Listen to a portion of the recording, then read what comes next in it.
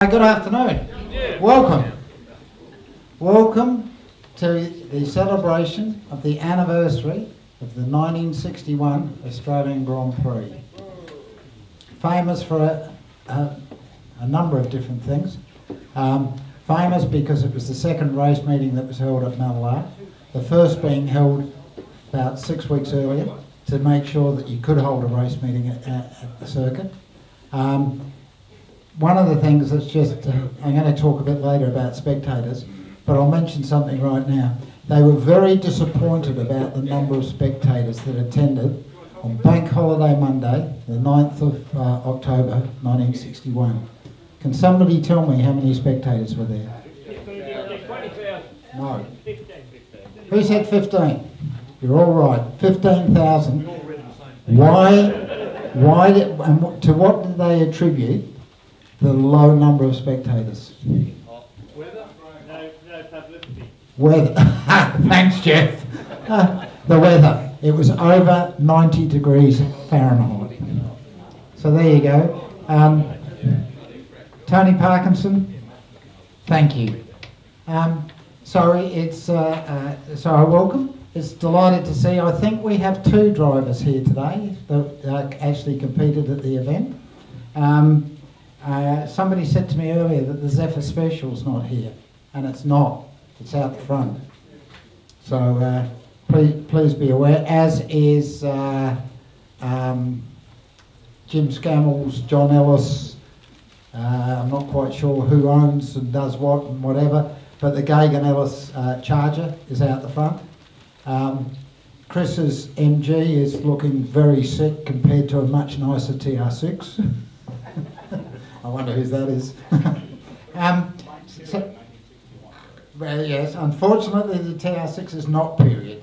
It's 1970. Neither is the Charger, which is about 72, I think, isn't it? 71, and Marjorie Ellis owns it. Thank you very much. There we go, Jim. So it's Marjorie Ellis. Is she hit?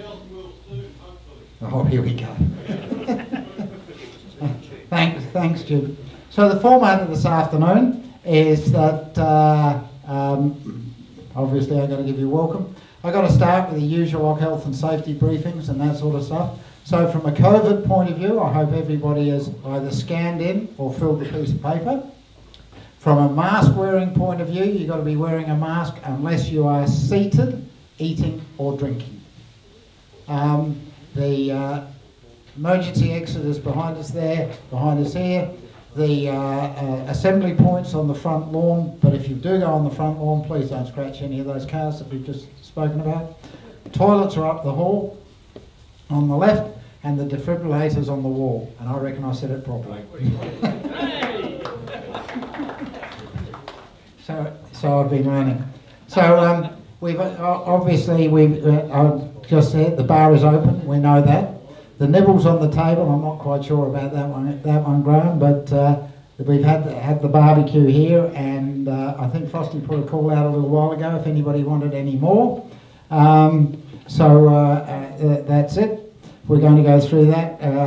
Tony Parkinson's going to speak for an hour and a half on the AGP. Graham Bolton's going to talk about the competitors, and Richard Blandon's going to talk about the vehicles. John Brown, so you might like to talk about the officials. Thank you. I'll just mention a little bit about the spectators. The sponsors are pretty well all listed in the program. Jeff Mattner, I think you're going to talk about what happened after the 1961 Grand Prix, and then we're due to finish round about the 4 o'clock mark. So we've got a couple of hours. We're going to have a break at 3 o'clock, so we'll have a coffee break, a tea break. And Phil Carter's got a couple of concerns. Where are you, Phil? All right, that's probably why he's gone out the door. He's a bit concerned that we're not going to eat the trays of cakes that we've got there, because we've got 2 on the bar, and I think it's 6 behind the bar. So please make sure that you help yourselves at 3 o'clock. But I think we're about ready to move into Tony Parkinson's bit, but just before we do, I want to once again thank everybody for attending. We have got a race meeting up at Mallala this weekend, and so that's undertaking today. And that's got some events that people will be talking about. One of the things we discovered this morning, they had a 4-lap improved production race. 4 cars did 3 laps and all the rest of them did 2. So there was only 4 finishes out of 19. I believe somebody blew an engine and left oil everywhere. So some things never change, but I don't believe there was any jump starts.